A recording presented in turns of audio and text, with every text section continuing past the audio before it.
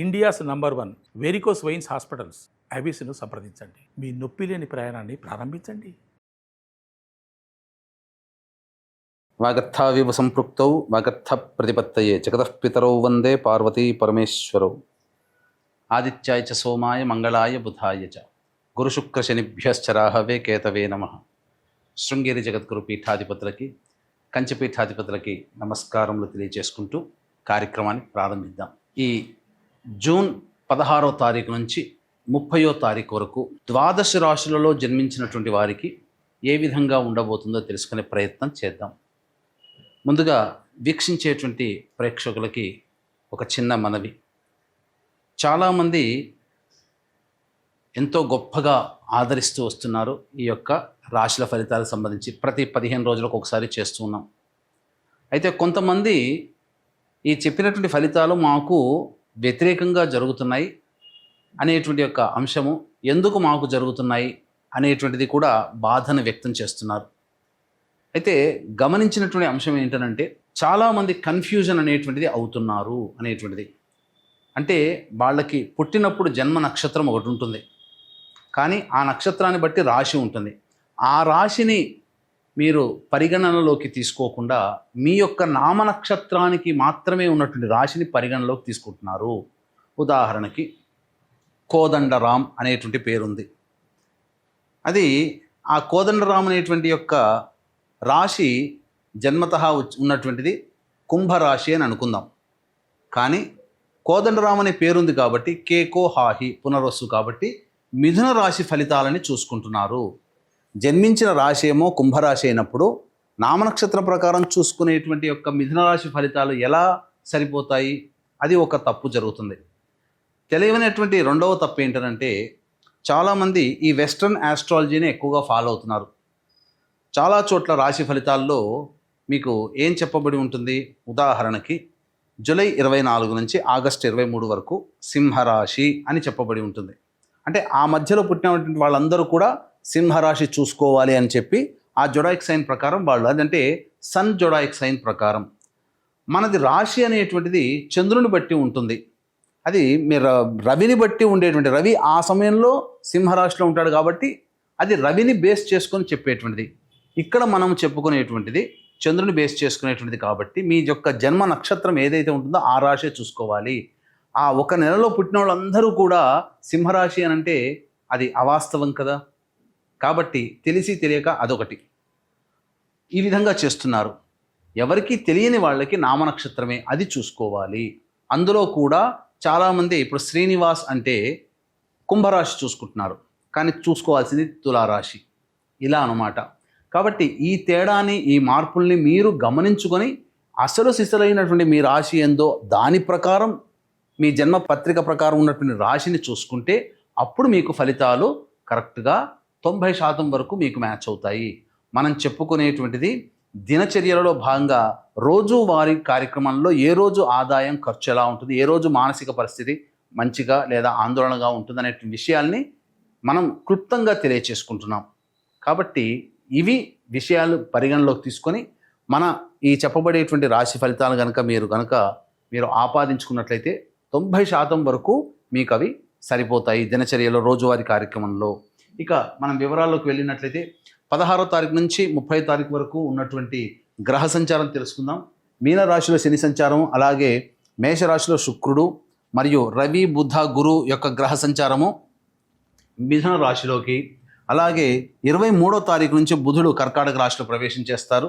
అలాగే కుజుడు, కేతు సింహరాశిలో మరియు రాహువు కుంభరాశిలో సంచారం జరుగుతుంది. దీనిని బట్టి ఈ 12 రాశుల వారికి ఏ విధంగా ఉండబోతుంది 16వ తారీఖు నుంచి మరియు 30 జూన్ వరకు అని తెలియజేసుకుందాం. ద్వాదశ రాశులలో భాగంగా 16 జూన్ నుంచి 30 జూన్ వరకు మిథున రాశిలో జన్మించినటువంటి వారికి ఏ విధంగా ఉండబోతుందో తెలుసుకునే ప్రయత్నం చేద్దాం.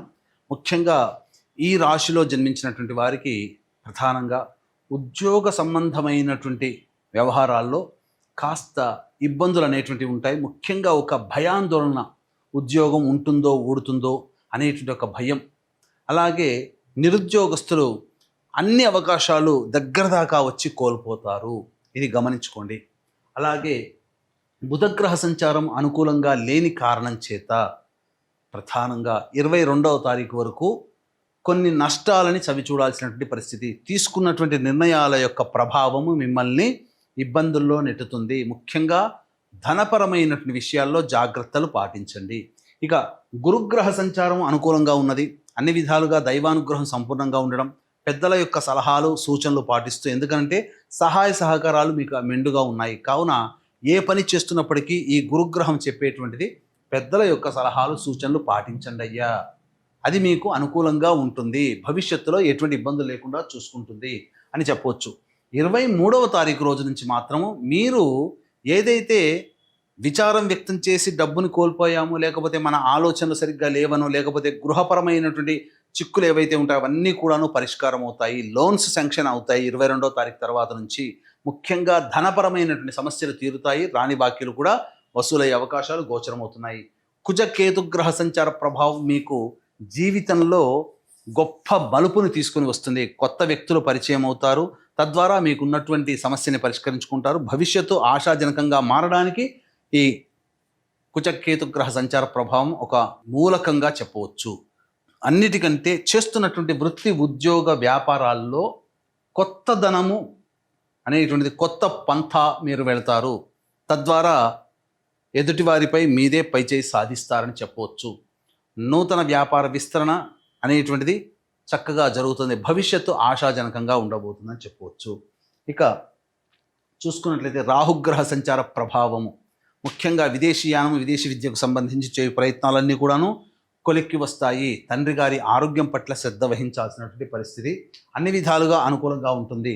కాకపోతే శనిగ్రహ సంచారము కొంత నిదానము, చేస్తున్నటువంటి వృత్తి ఉద్యోగ వ్యాపార ప్రయత్నాల్లో ఏ ప్రయత్నంలోనైనా కానీ నిదానాన్ని సూచిస్తుంది, ఆలస్యాన్ని సూచిస్తుంది. కాబట్టి జాగ్రత్తలు పాటించండి. దైవానుగ్రహం పొందే ప్రయత్నం చేస్తే ఆ పనులన్నీ కూడాను శుభముహూర్తంగా అవుతాయి. ఇక శుక్రగ్రహ సంచార ప్రభావం మీకు సంపూర్ణంగా యోగదాయకంగా ఉంటుంది. చక్కటి స్త్రీ సాంగత్యము, అలాగే స్త్రీలతో ఉన్నటువంటి విభేదాలన్నీ కూడా పరిష్కారం అవుతాయి. అన్ని విధాలుగా మీకు అనుకూలంగా ఉండేటువంటి సమయంగా చెప్పవచ్చు. ఏ తర్వాత చెప్పుకొచ్చేది ఏమిటంటే, ఒక బుధుడు రవి యొక్క సంచార ప్రభావం తప్ప మిగతా అన్ని గ్రహాల యొక్క ప్రభావము ఈ మిథున రాశిలో జన్మించినటువంటి వారికి అనుగ్రహంగా ఉండడం కారణం చేత మిశ్రమ ఫలితం కంటే అధికమైనటువంటి శుభ ఫలితాలే పొందుతారు. ముఖ్యంగా వివాహం కావాల్సినటువంటి అబ్బాయిలకి అమ్మాయిలకి సంబంధించి చేయు ప్రయత్నాలు కొలిక్కి వస్తాయి. సంతానం కోసం ఎదురు చూస్తున్నటువంటి దంపతులకి చక్కటి శుభవార్త వింటారు. అన్ని విధాలుగా ఆనందదాయకంగా ఉండేటువంటి పరిస్థితి గోచరమవుతుంది. ఇక విద్యార్థులకి కోరుకున్నటువంటి విద్యా సంస్థల్లో ప్రవేశం లభించడము, అన్ని విధాలుగా మీ ప్రయత్నాలు సఫలీకృతం అవుతాయని చెప్పవచ్చు.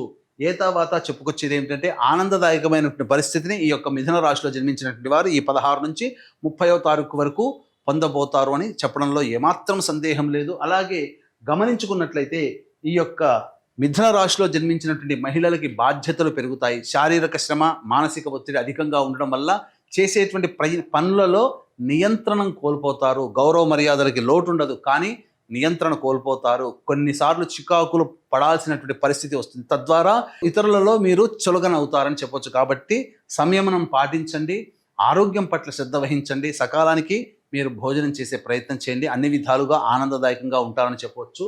ఇక 16వ తారీఖు నుంచి 30వ తారీఖు వరకు ఏ విధంగా ఉండబోతుందో తెలుసుకునే ముందు వీక్షించేటువంటి ప్రేక్షకులకి గమనిక. ఈ నెల 21వ తారీఖు రోజున ఏకాదశి, అశ్విని నక్షత్రము కలిసినటువంటి పుణ్యతిథి. ఈ రోజున జాతకరీత్యా కలుగు విద్య, వివాహ, ఉద్యోగ, దాంపత్య, అనారోగ్య సమస్యల నివారణకి మరియు మేష, మిథున, కర్కాటక, సింహ, కన్య, వృశ్చిక, ధనస్సు, కుంభ, మీన రాశుల్లో జన్మించినటువంటి వారికి శనిదోష పరిహారార్థమై శనీశ్వర హోమము, అఘోర పాశుపత మంత్ర హోమంతో పాటు సర్వదోష నివారణ పూజలు, హోమాలు అనేటువంటివి జరిపించి శక్తిపాతము చేయబడినటువంటి శంకరుంగలి మాలని మీకు అందివ్వడం జరుగుతుంది. అవకాశం ఉన్నటువంటి వాళ్ళు ఈ కార్యక్రమం తదనంతరం కాంటాక్ట్ చేసి పూర్తి వివరాలు తెలుసుకోవచ్చు.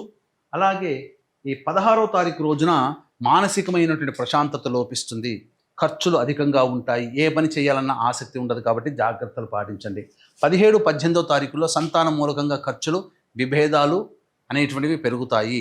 అలాగే ఆస్తి సంబంధమైనటువంటి వివాదాలు కొలిక్కి వస్తాయని చెప్పవచ్చు. ఖర్చులు కూడా అధికంగా ఉంటాయి. 19, 20, 21, 22వ తారీఖుల్లో ప్రధానంగా సహాయ సహకారాలు ఇతరుల వలన రావడం, అనుకున్నటువంటి పనులను కాదలుచుకున్నటువంటి కార్యం గంధర్వులే నెరవేర్చినట్టు మీ అనుకున్నటువంటి పనులని ఇతరుల సహాయ సహకారాలతో మీరు పూర్తి చేసుకుంటారు. స్త్రీ సాంగత్యం గోచరమవుతుంది. అన్ని విధాలుగా మంచి శుభ పరిణామము. డబ్బులు కూడా మీకు రాని బాకీలు వసూలవుతాయి. ఖర్చులకు మించిన ఆదాయం లభించడం ద్వారా ఆనందదాయకంగా ఉంటాయి. విందులు వినోదాల్లో పాల్గొంటారు అని చెప్పవచ్చు. 23, 24 తారీఖులో చూసుకుంటే ఖర్చులు అధికంగా ఉంటాయి. ప్రశాంతత లోపిస్తుంది. ఏ పని చేయాలన్న ఆసక్తి ఉండదు. ఆటంకాలు ఉంటాయి. ఒక జిగ్జాగ్ లాగా ఉంటుంది. అనవసరమైనటువంటి ప్రయాణాలు చేయాల్సిన పరిస్థితి గోచరమవుతుంది. 25, 26 తారీఖుల్లో పెండింగ్లో ఉన్నటువంటి పనులని పూర్తి చేసుకుంటారు. బాధ్యత కంప్లీట్ చేసుకున్నామనే సంతోషంతో విందులు వినోదాల్లో కుటుంబ సభ్యులతో పాల్గొంటారు. ఆనందంగా జీవిస్తారని చెప్పవచ్చు. 27, 28, 29 తారీఖుల్లో ధనపరమైనటువంటి సమస్యలు అధికమవుతాయి. జాగ్రత్తలు పాటించండి. ఖర్చులు కూడా అధికంగా ఉంటాయి. ప్రయాణాలు చేయాల్సినటువంటి పరిస్థితి, కుటుంబ సభ్యులతో వాగ్వివాదాలు జరుగుతాయి కాబట్టి జాగ్రత్తలు పాటించండి. 30వ తారీఖు రోజున మాత్రం ఇతరుల యొక్క సహాయ సహకారాలు పొందడం ద్వారా మీకు అనుకున్నటువంటి పనులు పూర్తి చేసుకుంటారు.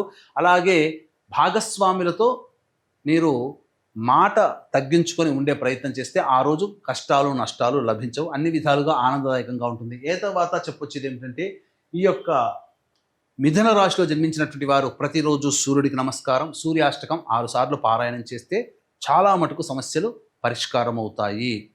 ఇక ఇప్పుడు చెప్పినటువంటి సమస్యల కంటే ఇంకా ఎక్కువగా సమస్యలు మిమ్మల్ని బాధిస్తున్నట్లయితే దగ్గరలోని మంచి ఉపాసనా పరులైనటువంటి జ్యోతిష్యులను సంప్రదించి వారి సలహాలు సూచనలు కనుక పాటించినట్లయితే మరింత మెరుగైనటువంటి జీవితాన్ని పొందుతారని తెలియజేస్తూ సర్వం శ్రీ ఉమామహేశ్వర పరబ్రహ్మార్పణమస్తు.